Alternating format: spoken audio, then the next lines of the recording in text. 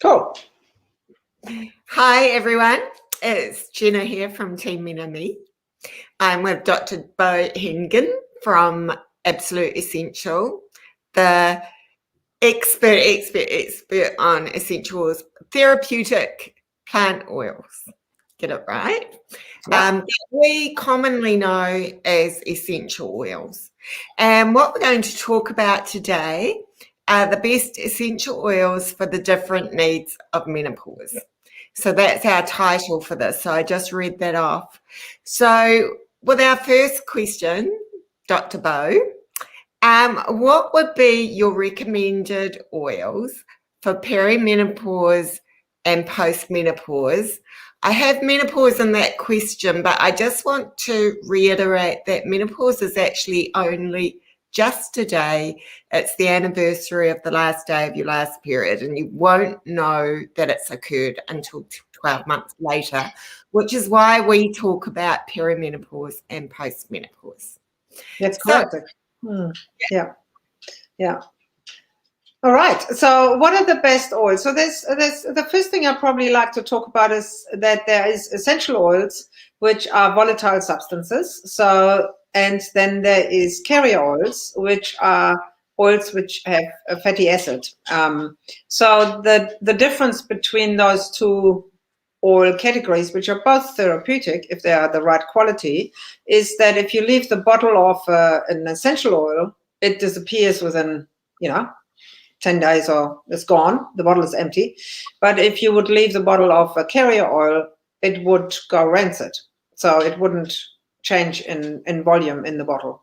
So, but you do need both, and they're both extremely beneficial. So I just want to talk about the use and just giving this some importance.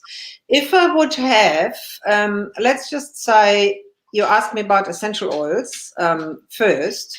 If I would have a very limited selection, and you would say, so which essential oils, if you don't have the choice of a whole cabinet, which I do, would you suggest are most beneficial in hormonal balance for women? It would be clary sage, and clary sage it's euphoric, so it gives you a bit of an uplift. But it also is an extremely useful regulator for hormones, for female hormones. The other one I would suggest is geranium oil. Now, geranium is very balancing in many hormonal conditions, and it is also very helpful for the skin. So this is one which we could use for both purposes. The third one is German chamomile. So there is a difference between German and Roman chamomile. So German chamomile, Latin name is Chamomilla matricaria, and it's very important is the blue one is blue or green in color. So the blue and green content within that essential oil is called azulene, and it is very good for the skin, but it's also very good for the hormone balancing. I had one of my clients who's used this extensively for her hormonal conditions. She says, God, if this would be a God, this oil would be a God, she would pray to it daily. She had such an incredible effect on her well-being from this one oil, And then there is another oil which is extremely beneficial and not talked about so much, which is French tarragon or tarragon French. So French tarragon has in a very small dosage has a really powerful effect on hormone balancing. So this would be for the ladies who really have severe problems with this whole change. Okay. Now, from the carrier oils, which I talked to before, there is, we don't often associate, like, we sort of just put up with it. As women often do, like we get dry skin, we get itchy skin, our hair starts getting, it's less shiny, and it's all related to hormones. So there's probably 3 carrier oils which I would highly recommend. Maybe 4. Can I add one more? Yeah. Can I add one more? So there's 4. I would highly recommend. The first one is evening primrose oil. Okay. Now, evening primrose oil is high in GLA, which would, ours has got 23% GLA, so it's really good. But you add that to your smoothie, so you can add it to your skin blend as well. But you actually put that into your smoothie or put that on a little bit of bread and actually eat it. Now we have got that in liquid, so you don't need to buy capsules, because in the capsulating of the evening primrose of any oil, there is a little bit of you lose a bit of the benefits, because it's of course put into capsules with a process, So evening primrose oil, highly beneficial, 5 to 10 drops into your smoothie. It doesn't have a taste. It's just a very neutral oil. Secondly, it would be jojoba oil and avocado oil. And jojoba is a liquid wax, so it's sort of really assists with keeping the moisture on your skin inside. And I mean, I know some ladies who had the menopause bug really badly. They just used it all over their body, and they just felt like it was really helping them being comfortable in their skin. Avocado oil is extremely good, especially if it is green and it's got the chlorophyll still in it. So that really helps especially with the itchiness, when the skin is very itchy and irritated.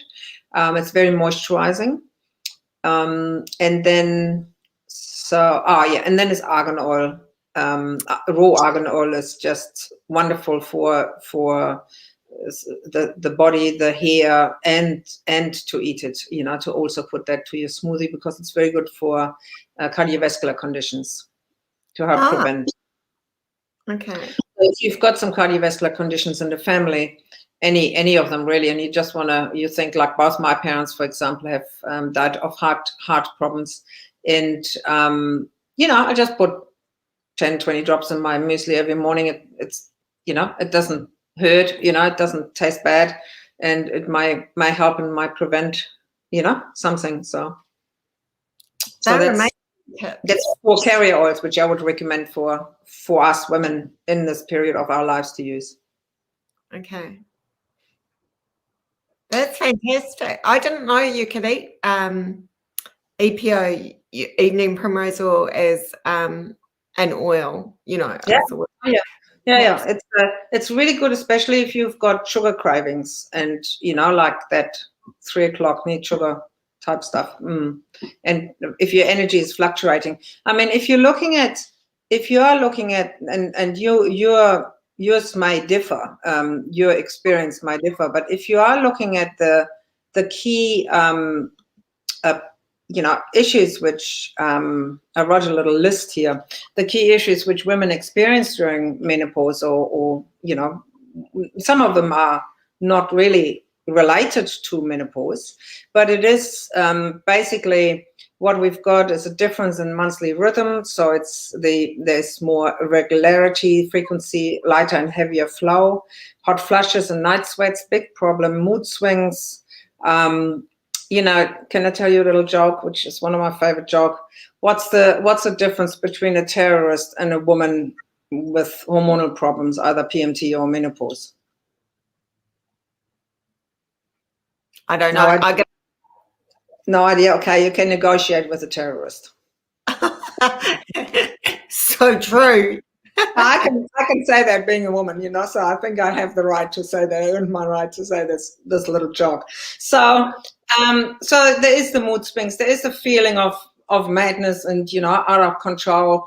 There's some people have headaches and lightheadedness, energy dips, and, depending on where they are in the monthly cycle, feeling more tired and generally having less desire for sex, or more desire for sex.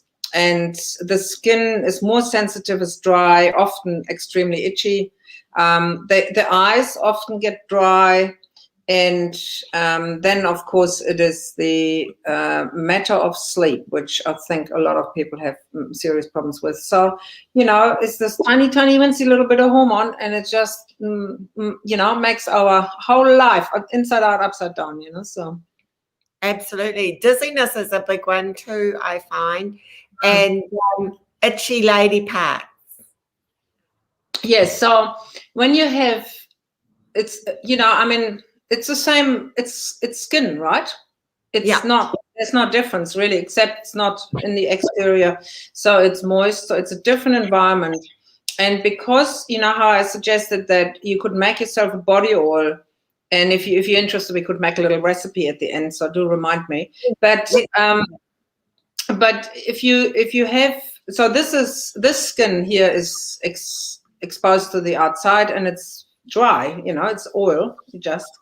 And then in the vagina, of course, you've got a moist environment. So an oil, like a carrier oil, like even in primrose or argan oil, is often not really that effective. So you need to use gel. So we suggest to use aloe vera gel in this area.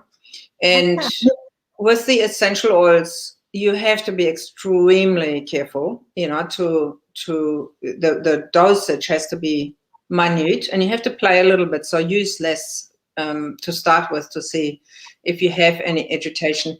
But look, a very simple recipe, which I've recommended 1,000 times, is just grab yourself one of those a little dish, you know, like you have a Chinese sauce in, you know, like a flat dish, and then take a half a teaspoon to a teaspoon of organic aloe vera gel without any additives like parabens and stuff like that.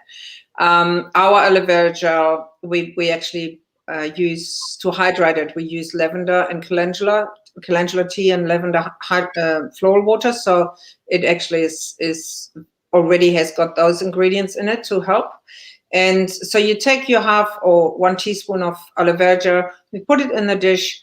I would start with 1 drop of German chamomile, so Chamomilla matricaria, and possibly I really like to use Manuka essential oil for the environment, to balance the environment. So you've got something for the hormones, but also something just in case there is an infection. And then just mix this around. Take a small tampon, which is a firm one, you know, not the loose cotton one, and roll it around and just put it in for a couple of hours. Okay. Don't leave it overnight. That will be extremely soothing. The other essential oils you could use, especially if it's very itchy, is sweet lavender. Okay. So it's gentle lavender. Again, just 1 drop to start with. And if you mix it really well, because the chamomile has got a bluish sort of color, it will have that type of color. But yeah, that's extremely helpful. Wow, thank you so much. And you sell all these on your website? Yeah. Do you? Mm-hmm. Yeah. So I'll put a link to that for you. Yeah, no, we have all of those. Not necessarily this particular recipe attached to it, but you know, you've got the recipe there. So then, if you wanted to use single essential oils, you know, some people have quite a few essential oils already in their collection, and they may have a clary sage and maybe a geranium. So some people like to blend their own. We have a blend which we've got for the competition, which is called Women's Support. And so this blend has about 7 or 8 different essential oils in it. And we touched on this last time. It's like there's such an art in combining essential oils to be effective, to be working together as a synergy. I mean, for me, essential oils, like, they're my friends, right? So I relate to them like people. And if you put people into a room with different personalities and different traits, you don't want, possibly you want to have, you know, some people who are the doers, some people who are the, you know, I'm in the room, I arrived, but you don't want to have too many of those, because otherwise things don't get done, you know. So with essential oils, it's the same. When you're blending them, we're looking at top notes, middle notes, and base notes. So if you put one of each of those into the blend, they will be working together nicely. But then you've got, we call them modifiers, so they're the really strong smelling and very dominant effect people, essential oil people. And so you just really want one of them. And chamomile German would be a modifier, right? So it's a very big personality. So you want to use very little of those. We have enhancers and we have equalizers. Equalizers are essential oils which hold everything together. So you need to put all of those in together in the right dosage, thinking of the body part it goes to, how it is applied, who it's using it, and then you have got a blend which works. And then, of course, you test it and, adjust it and all those sort of things. So there's quite a bit to it. But, if somebody's going to be brave enough and have a go, it's also got a lot of fun when you're learning it, In regards to the application, since I just touched on this, the application of essential oil, when you let's say we're using women's support, it's really, they're expensive. Like, good essential oils are expensive. And so you want to get the most out of them, really. And therefore, I would highly recommend you put it mostly on your body. The women's support one isn't one which I would recommend to put into a diffuser, because it's particularly for you, it's not really for the whole household. Whereas, let's say, Uplift or Stress Less, they're blends which are more for mood and mind. So they're affecting your social environment, they're affecting your community. Whereas women's support, or let's say if you've got congested sinus and you want to use inhale or some cough, they're blends which are done for you, to help you get better, for your well-being. So you want them on your body. So with women's support, you could put them in the bath, because that's, again, personally for you. 10 drops in the bath. If you want to enhance the effect, always put the essential oils in a little bit of milk, and then any milk, not just cow's milk, so it could be anything which is fatty, and then put it with some Epsom salt, so it helps the absorption and the dispersion in the bath water. Oh, so not with an oil, a carrier oil. Never use a carrier oil. It won't be absorbed into the skin as fast. It's a waste of time, really, if you have a carrier oil with your essential oils in the bath. Oh, and greasy thing.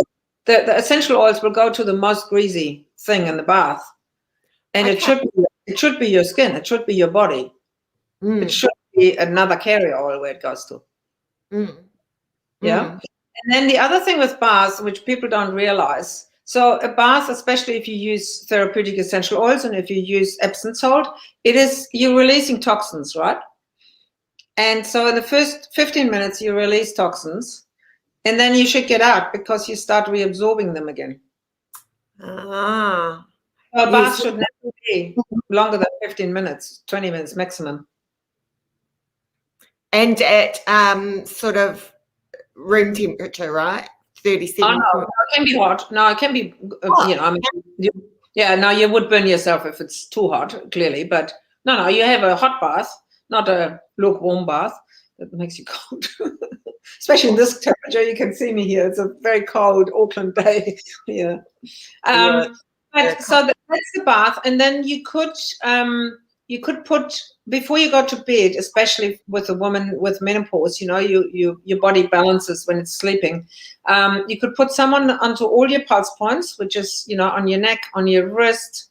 I always recommend to put some on the back of your knee and on the ankles. So if you think about, if you've done a first aid course and you think about where they taught you where to feel the pulse, that's where the skin is the thinnest. That's why you can feel the pulse there. So it's a great place to put essential oils, because they get absorbed very quickly. Don't put the essential oil near the groin. It's too tricky to have an accident, and it's going to places where it's not supposed to. If you do with a woman's support, there is a really nice way of getting it into your body, particularly, is put it on the small of your back. So just 5 drops onto the small of your back before you go to bed. And this is where if you're looking at the nerves which come down the spine in the small of the back. That's where they're going and feeding into the uterus and ovaries and stuff. So it's a very direct place and pure. Like you don't need to dilute it with the blend. The woman support blend. You just put it pure onto the small of your back, and that if you do that for months every night, that will really help you with balancing your hormones. Oh wow, that's amazing tips. Thank you. So it's okay to use essential oils directly onto the skin. I asked you this last time, I know, but I just want to reiterate because yeah, you can. It depends on the quality of the essential oils and how they're extracted. So if they're extracted with a low temperature and slowly, so like I'll take lemongrass as an example. It's like 8 to 10 hours at 80 to 100 degrees in a wood still, just very slowly done. So we call them a complete essential oil. It's got lots of molecules. It's very gently settled within its like nature intended, as a fragrance. So if you put that on the skin, it won't cause any irritations in most people. There's always some exceptions. But if it's distilled for the flavor and fragrance industry, it's hot and fast, which means like 15 minutes under 500 plus pressure distillation, which causes probably only a few molecules to be extracted, and the ones which have the lemongrassy smell, which is citral acid. So that's what people are after, and therefore they stop the distillation. Then it's most of the volume, and distillers get paid on volume, so they make more money when they just turn it over quickly. But it just depends on the intent. Our intent with essential oils is to have therapeutic oils and have therapeutic effects. So we are just really carefully selecting those extractions which serve that purpose. And therefore it has an effect on our, like we call them, they're phytohormones. So they're plant hormones. And if you're extracting them gently, our body, our endocrine system and our nervous system thinks it's a natural hormone. Okay. And therefore it responds to it because it's nature identical. Which brings me to another point, So if women have been on the pill for a very long time and they come off it, or they have been on HRT and they come off it because while you're of age now you don't need it anymore. It's quite because HRT and any of the pills, that's an artificial hormone which is put into your body. And when you're looking at nature identical or natural hormones in essential oils, when they are offered to the body, it's like an invitation, and the body can choose what it needs and what it wants. Whereas when artificial compound is offered to the body, it is like you take it, you have to, the body doesn't have a choice. Now, if that has happened over years, surely it's immediate and people like that. It is also fairly secure, so you don't get pregnant while you're on the pill, if you don't forget to take it. So there is an immediacy which us as in this modern world got used to. The painkiller works within 10 minutes. The Voltaren patches, they last 12 hours and you don't feel any shoulder pain. So nature doesn't work like that. So it's more healing. So when you are coming off HRT or off the pill and you are introducing essential oils, it can be really helpful, but you do have to be quite patient with it, and you have to keep going for longer. And it's not, change is established. The body needs to actually start recognizing that, needs to start relearning how to talk to this natural hormone rather than the artificial one. So you need to be quite patient with it. That's great. That's really good advice. Thank you. You're welcome. We set a timer, everyone, for 15 minutes because we didn't want to keep you too long. And that went off probably about 5 or 10 minutes ago. Oh, okay. Talk to Things to talk about. Very important to talk about. But we will wrap up now. If anyone had a burning question, would it be okay for them to ask it, and Sure. then we could ask it of you? Would that be okay? Yeah, absolutely. You could. They could also ask it. Like often when. Do you have a Facebook group or something where we could actually, then it benefits everybody. So, you could ask it in a groups or in your group, which you have. So then if you get it to me, I will answer it, because it's a topic we all need to talk about, isn't it? Oh, yes, that's fantastic. Because, we come from a holistic point of view, and so our community tend to be that way too. But it is a learning curve. It's not like with aromatic medicine. It's something that you need a lot of knowledge for, don't you? And yeah, but it's also, there is a place for everything, and not everybody responds well to HRT or the pill, or not everybody has serious problems with menopause. Not everybody responds to aromatic medicine. Some people are more into Chinese medicine or homeopathy, acupuncture. So you just need to find your genre, which your body responds to. And the other thing, I think I touched on it last time with essential oils, because they enter the body in a different pathway than the digestive system. We just have this opportunity to use it in conjunction with other things without actually having an interference. And I think that's something which we all need to really remember when we are designing our personalized approach to health, because it's about us, it's about our well-being. There isn't a fit all size. There is no one size fits all. Nope. We thank you so much for your knowledge and expertise. It's just amazing. Thank you for having me on. I like sharing it. Oh, that's great. Thank you. We appreciate it. And we hope to have you back again one day. Sure. Always. Bye, everyone.